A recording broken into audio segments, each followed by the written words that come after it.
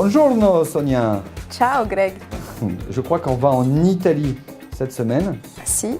Alors je suis impatient parce que j'adore l'Italie, on n'est pas très loin. Je rappelle qu'on est à Nice, dans les locaux de domaine.fr, qui nous ont accueillis avec... Grande générosité. Merci, j'ai cherché le mot. Alors, on va parler donc d'un nouveau cas du DRP concernant le nom de domaine radioitalia.com. C'est en fait un nom de domaine qui a appartenu à la société italienne Radio Italia. On se doute bien, vu le nom, que c'est pour des services de radio, de transmission, d'émissions radio, là en l'occurrence spécifiquement de musique. Et en fait, ce nom de domaine, entre 1996 et 2000, appartenait à cette société italienne, donc Radio Italia. Elle a malheureusement omis de le renouveler en 2000. Il y a eu une succession de titulaires différents à la suite donc, du non-renouvellement de ce nom de domaine.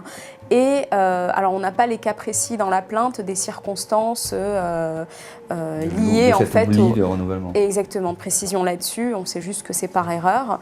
Et en fait aujourd'hui donc ce nom de domaine appartient à une société américaine qui le détient depuis plusieurs années, qui l'utilise en fait pour donner accès à une page parking qui donne comme premier lien de résultat un site web de type page jaune à New York et qui lui-même réfère à des services de radio, d'émissions de radio, qui peut paraître gênant donc au niveau de l'usage. Évidemment, la société italienne possède une marque, Radio Italia, une marque italienne. Elle a également réservé, elle possède le nom radioitalia.it. Donc on peut penser là qu'on est dans une situation de dot squatting parce qu'on a exactement le même nom de domaine avec une extension différente, donc en l'occurrence en .com. D'accord. La marque aussi depuis 1996, on imagine. Alors la marque qu'ils détiennent, c'est une très bonne question parce que justement dans la plainte, il y a une discussion sur la date d'enregistrement de la marque.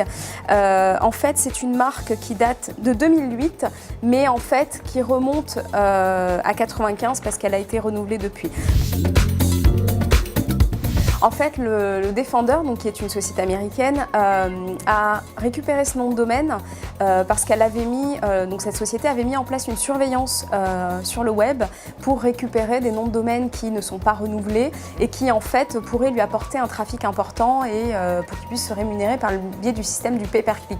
Le Defender le dit clairement dans sa réponse à la plainte, c'est son activité qui est de réserver des noms de domaine pour avoir des pages parking de ce type-là.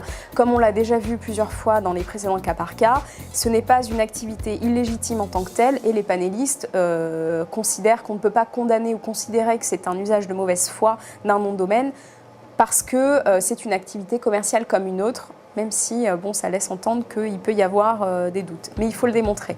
En l'occurrence, le panel considère qu'en fait, on est en présence de termes, donc Radio Italia, qui sont à la limite de la distinctivité, mais qui ne sont pas dépourvus de distinctivité. Vous savez que pour avoir une marque valable, l'une des conditions, c'est qu'elle soit distinctive. Ça veut dire qu'elle ne doit pas décrire les activités pour lesquelles elle est déposée. C'est pas la peine de dire parce qu'elle ne doit pas décrire les activités. Donc une marque doit être distinctive, point. Ce qui aurait été générique en l'occurrence, c'est le fait que, par exemple, Radio Italia utilise Radio Italiano, qui est la construction correcte italienne, ou Italian Radio, en fait en anglais. Mais Radio Italia, grammaticalement, c'est fantaisiste quelque peu, et donc ça demeure distinctif. Sauf qu'on se rend bien compte que les panélistes, qui sont des gens pragmatiques, en fait, ont quand même tenu compte de ça, et ont considéré que le Defender, donc, qui est situé aux États-Unis, il est plausible qu'il n'ait pas eu connaissance de la marque italienne Radio Italia, quand bien même en fait, cette radio donc, italienne est transmise aux États-Unis, parce qu'en fait, la radio italienne a démontré dans le cadre de la plainte qu'il y avait une transmission par satellite, par le biais de 2 satellites aux États-Unis. Mais en fait, ça c'était pas suffisant pour montrer que c'était une marque connue et répandue, en tout cas aux États-Unis. Et donc le lien entre cette marque-là, enfin la connaissance de cette marque par le défendeur n'a pas été mis en évidence. Voilà, donc le panel a aussi pris en compte le fait qu'il s'est passé beaucoup de temps en fait entre la réaction donc de la société italienne et le moment où elle avait perdu finalement le nom de domaine qu'elle avait omis de renouveler. Ça fait donc en 2000.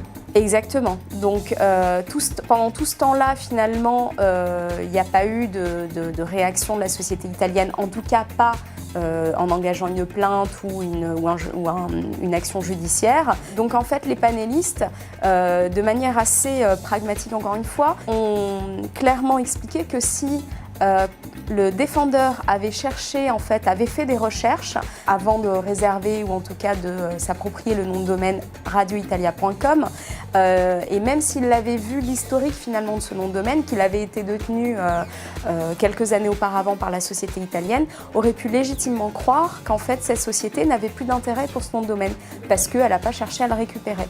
Donc c'est tout un faisceau d'indices qui conduit en fait les panélistes à rejeter cette plainte et à considérer que le nom de domaine a été réservé et utilisé de bonne foi par cette société américaine. D'accord. Est-ce qu'on sait pourquoi le premier titulaire n'a pas réagi avant ? En fait, pourquoi il a attendu tant de temps avant de réagir ? En fait, là, on ne sait pas vraiment pourquoi ils n'ont pas réagi plus tôt. D'ailleurs, c'est assez surprenant qu'il y ait eu autant d'années découlées avant une réaction, quand on sait la facilité, entre guillemets, que ça peut être d'engager une plainte UDRP. Donc, en fait, pour conclure, le fait de réagir trop tardivement quand on se rend compte d'une atteinte, ce n'est pas en soi rédhibitoire pour engager une plainte et on n'est pas sûr de perdre si on a mis trop de temps pour réagir, mais c'est un point négatif, on va dire, qui est pris en compte en tout cas par les panélistes. Et quand on fournit en plus dans ce cas-là pas d'éléments et pas assez de preuves pour démontrer qu'il y aurait une réservation et un usage de mauvaise foi, on n'a pas de bonne chance finalement de succès. Donc en fait, les maîtres mots, c'est de surveiller et d'être réactif dans la mesure du possible. Parfait. Merci beaucoup. À très bientôt. Merci à toi, Greg. Au revoir.